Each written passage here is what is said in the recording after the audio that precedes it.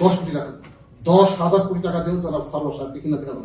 যদি কেউ প্রমাণ করতে পারে যে 10 কোটি টাকা না, 1 কোটি টাকা, 1 টাকাও যদি কেউ বলতেছে, তাহলে চাকরি ছেড়ে চলে যাবে এবং যে কোনো অপরাধ, যে কোনো শাস্তি মাথা বেঁধে নেবে। তার মানুষের আসলে সরকারের প্রতি আমাদের প্রতি প্রত্যাশা অনেক বেশি। সেটা বলা হচ্ছে যে 10 কোটি টাকা মানে গুরু দেওয়া হয়েছে মানে আমাকে বালিশের।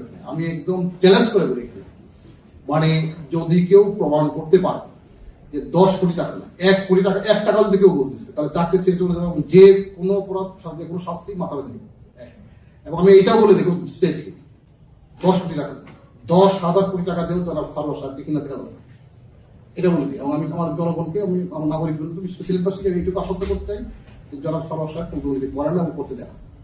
সুতরাং 10 কোটি হোক 5 কোটি, দয়া করে এইটাতে আপনাকে বিভ্রান্ত হবেন না এবং আপনাকে হতাশাগ্রস্ত হবেন না এবং এই ধরনের ফেক নিউজ যারা ছড়ায় তাদের বিরুদ্ধে আপনার ব্যবস্থা নেবেন। আমরা দেখছি এটা কি আইনগত ব্যবস্থা নেওয়া, কারণ এটা দিয়ে এক ধরনের গোলাবাড়িতে মাসিক করার চেষ্টা করা হচ্ছে।